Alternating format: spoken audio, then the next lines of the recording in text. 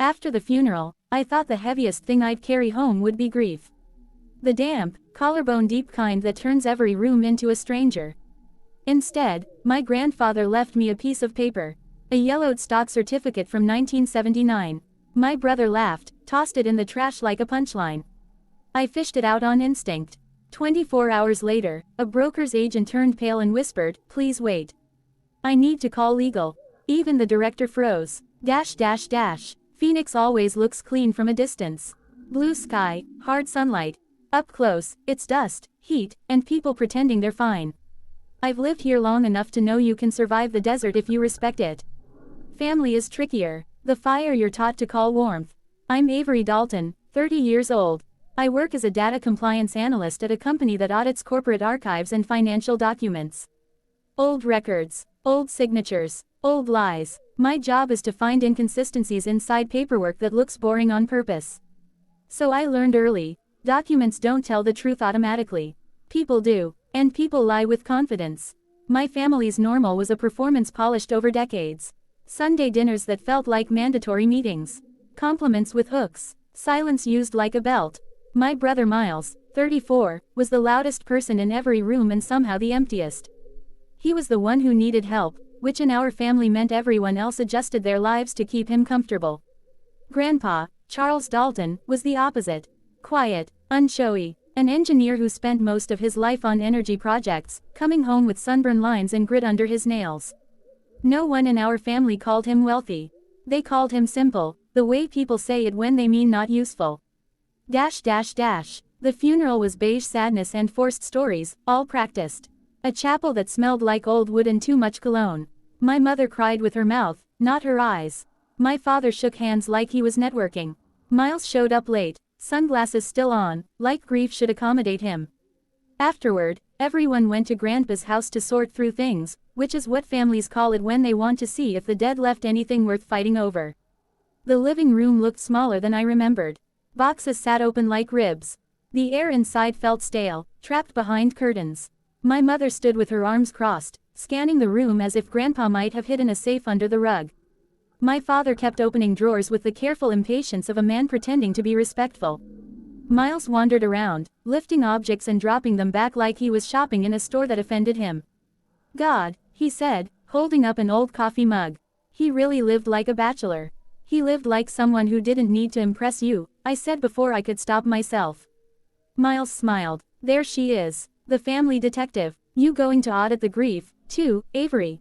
My mother snapped. Miles, not today. Not today meant not in front of witnesses. I drifted into Grandpa's study, the only room that still felt like him. The desk was scarred, the lampshade crooked. Everything smelled faintly of paper and peppermint. Filing cabinets lined one wall, drawers labeled in his neat, modest handwriting. I started sorting because my hands needed something to do. Because silence in my family always felt like a trap. Receipts, warranties, tool manuals, folders marked taxes 1994, insurance, project notes. Then a large envelope inside a folder labeled simply, keep. Inside was a stock certificate. Triaxis Energy Corporation, issued 1979, yellowed paper, curled edges, a raised seal that caught the light. Two signatures that looked too deliberate to be fake. I stared at it the way you stare at an old photo. You don't remember taking. Miles appeared in the doorway like a draft. What did you find? He asked, already reaching. Just paperwork, I said, and pulled it closer. He snatched it anyway, because Miles never asked permission. He read the top line and laughed hard enough to cough. Triaxis Energy, he said, dragging it out like a punchline. Avery, this thing's probably worth less than the paper it's printed on. Give it back. He flipped it over as if he suddenly understood fine print. Seriously, Grandpa hoarded everything. This is basically trash. And then he did it. So casual it almost looked like a magic trick. He walked into the kitchen, lifted the trash can lid, and dropped the certificate inside like it was a napkin. My throat tightened so fast it hurt. I wasn't even thinking about money yet. I was thinking about disrespect. About how easily he threw away something that belonged to a man we'd just buried. Are you kidding me? I said. Miles shrugged. What? You want it? Go get it. It's garbage. From the living room, my mother called. Miles, don't antagonize your sister. Antagonize. Like my reaction was the problem, not his impulse. I walked to the trash can. The smell of coffee grounds and takeout wrappers rose up.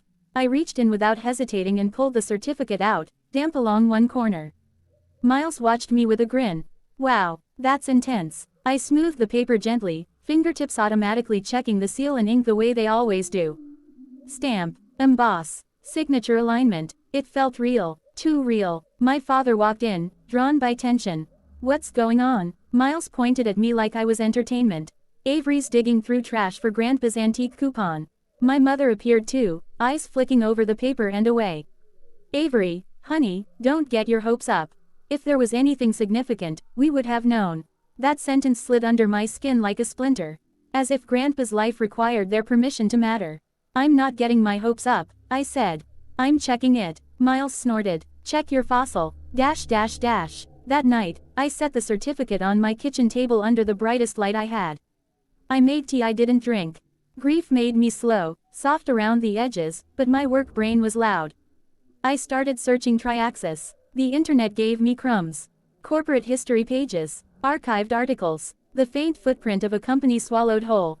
Triaxis had been acquired in 1988, split in 1997, folded into Helios Grid Systems after mergers and restructurings. The kind of corporate digestion my job sees all the time. The next morning, I drove downtown to a broker's office inside a glass building that reflected the sun like a warning. The lobby was cold enough to raise goosebumps. Everything smelled like money and disinfectant. A man with a crisp suit and a name tag, Evan, let me into a small office with a computer and a framed golf course. What can I do for you? He asked. I slid the certificate across the desk. I found this in my grandfather's things. I want to verify if it's real. Evan's eyebrows rose, the first crack in his polite mask. Triaxis, he murmured, and started typing. At first, his face stayed normal. Mildly interested. Then his forehead creased. Then his lips parted. Then he went pale so fast it looked like someone drained him. He stopped typing, stared at the screen, looked at the certificate again like it had grown teeth. Is something wrong? I asked. Evan swallowed. Please wait. I need to call legal. He stood up so abruptly his chair squeaked. He left the room. For a moment, I just sat there listening to the hum of the air conditioning. The building felt too quiet. Like it was holding its breath.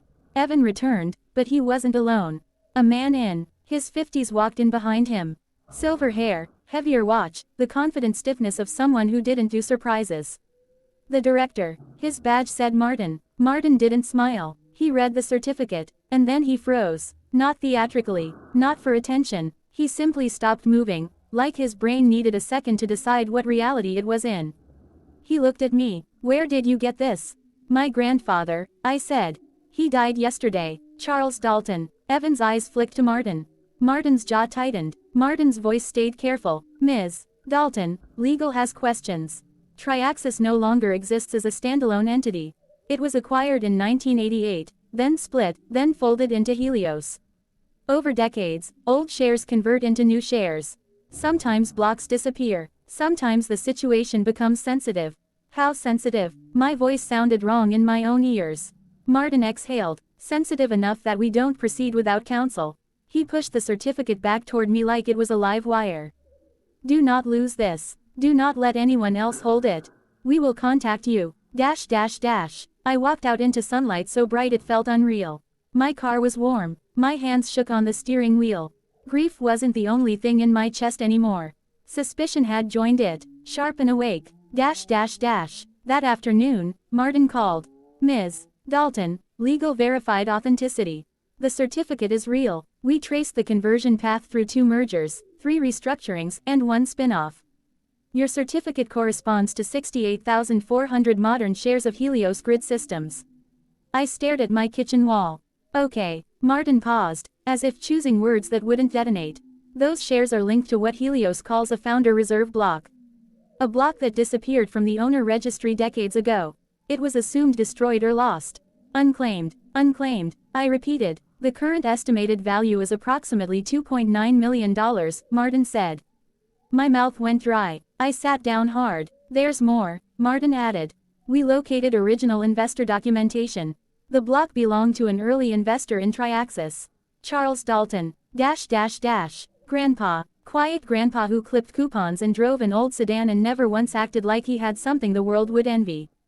A man my family treated like background noise had been holding a secret worth millions. When I hung up, I went back to his house like I was being pulled by a thread. My parents were still sorting. Miles's car sat crooked in the driveway like a lazy insult. In the study, I opened the filing cabinets again, this time with purpose. Bottom drawer, a taped box labeled in Grandpa's handwriting, Avery. My breath caught. My name, clean and simple. I cut the tape with a key. Inside were folders, old correspondence, a small ledger. On top, an envelope browned at the edges. A letter, Avery, if you're reading this, I'm gone. I don't like the idea of that, but I like the idea of leaving you something that isn't a burden. I bought Triaxis in 1979 when it was nothing but a promise and a set of drawings. I was young enough to believe promises. I was right, eventually. I didn't cash it in because I knew what would happen. People don't see paper, they see money. Money makes them loud. Paper survives people. That's why I kept it where no one would look. You're the only one in this family who reads what others ignore. You're the only one who checks the meaningless things. That is why this is for you. Paper remembers. Grandpa, I sat on the floor with the letter in my lap. Grief and gratitude and rage braided together like wire. Footsteps. Miles leaned in the doorway, chewing gum. What are you doing? I folded the letter slowly. Looking. For what? He smirked. More trash. I walked into the living room where my mother wrapped dishes in newspaper. Mom, I said. She didn't look up. Avery, if you're going to be emotional, please don't. I took the certificate to a broker, I said. It's real. Miles perked up. Oh my God, you're still on that. It's worth about 2.9 million, I said. Silence dropped. Thick an instant. My mother's hands stopped moving. My father blinked hard, like his eyes had misheard me. Miles went from smirking to pale anger in a single breath. You're lying, Miles said. I'm not. My mother's voice came out thin. That can't be right. It is. I didn't soften it. Miles laughed, but it wasn't humor. It was panic wearing a grin. Okay, so Grandpa left it to the family. Basically. No. My father stepped closer, calm in a way that always meant danger. Avery, your grandfather's assets should be handled fairly. You mean handled by you, I said. My mother moved in, eyes suddenly bright. Honey, this is complicated. If it's that much, it needs to be protected. You're grieving. You could make a mistake. There it was. I was vulnerable, so my choices didn't count. No, I said again. Steady. Miles's voice rose. I threw it away because I thought it was trash. That's not fair. If you'd known, you would have sold it yesterday, I said. My father lifted a hand like he was calming a room. Let's not fight. We can figure out the best course of action as a family. As a family. I tasted the lie. My mother's eyes sharpened. Give it to your father for safekeeping. Just until we talk to an attorney. Martin's warning flashed in my mind. Do not let anyone else hold it. I looked at them. Their grief already gone, replaced by appetite. Something in me hardened into clarity. No, I said. My mother's mouth tightened. If you do this, don't expect us to pretend everything is normal. Normal. Their favorite weapon. This is normal, I said. For you. Miles stepped toward me, eyes wild. I'm your brother. And you laughed, I said. You laughed and tossed it in the trash. My father's voice lowered. Then you're forcing this to get ugly. I believed him. Not because he was strong, because he was practiced. That night, I moved like I was back at work. I booked an estate attorney. I placed internal holds with Helios. I arranged in-person verification and documented every interaction. Revenge doesn't always look like screaming. Sometimes it looks like paperwork done faster than your enemies can lie. The call started anyway. Miles first. Syrupy. Avery, hey, we got off on the wrong foot. I listened. Silence is a scalpel if you know how to use it. He rushed. We're family. We should be smart. Maybe invest together. Maybe help mom and dad out a little. You mean now that you finally did the math, I said. His voice snapped. Stop acting like you're better than me. I'm better at reading, I said. That's the whole problem. He hung up. My mother left a voicemail about forgiveness and family. My father texted. Bring the documents. Don't make this harder than it has to be. I didn't reply. I let my attorney reply. 5 days later, my attorney called. Did you authorize your father to request a claim review with Helios Legal? My blood cooled. Not shocked. Confirmed. No. He attempted a third-party claim, she said. Submitted a family agreement that appears newly created. Helios flagged it because of the hold we placed. So that was the betrayal. Not the trash can, not the laughter, the paperwork lie. Proceed, I said. Cease and desist letters went out. Formal notices. Documented harassment. Helios legal placed stricter restrictions. My father's attempt didn't move an inch. But it left a record. Like a stain.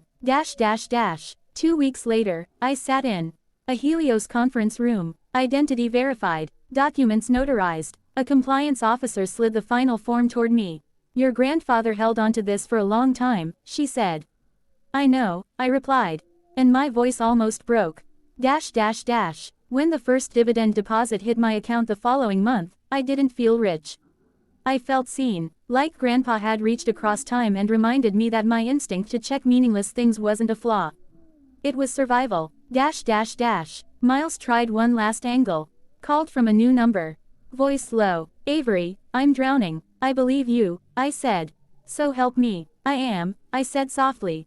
I'm helping you learn what consequences feel like. He went silent. You threw it away, you said. And now you want me to pretend you didn't. He hissed. So you're just going to hoard it? Like Grandpa. The irony almost made me laugh. No, I said. I'm going to protect it. And I'm going to live a life where I don't have to beg my family to treat me like a person. Months later, when the noise finally thinned, I drove out into the desert at dusk. The sky went purple and gold. Like the world burning beautifully on purpose. I thought about Charles Dalton. The quiet engineer everyone underestimated. And the box labeled with my name. Paper survives people, he wrote. Paper remembers. My family tried to rewrite the story the moment money appeared. They failed, because they underestimated the same thing they always ignored. Evidence. I didn't win by yelling. I won by reading. And that, I realized, was exactly what Grandpa counted on.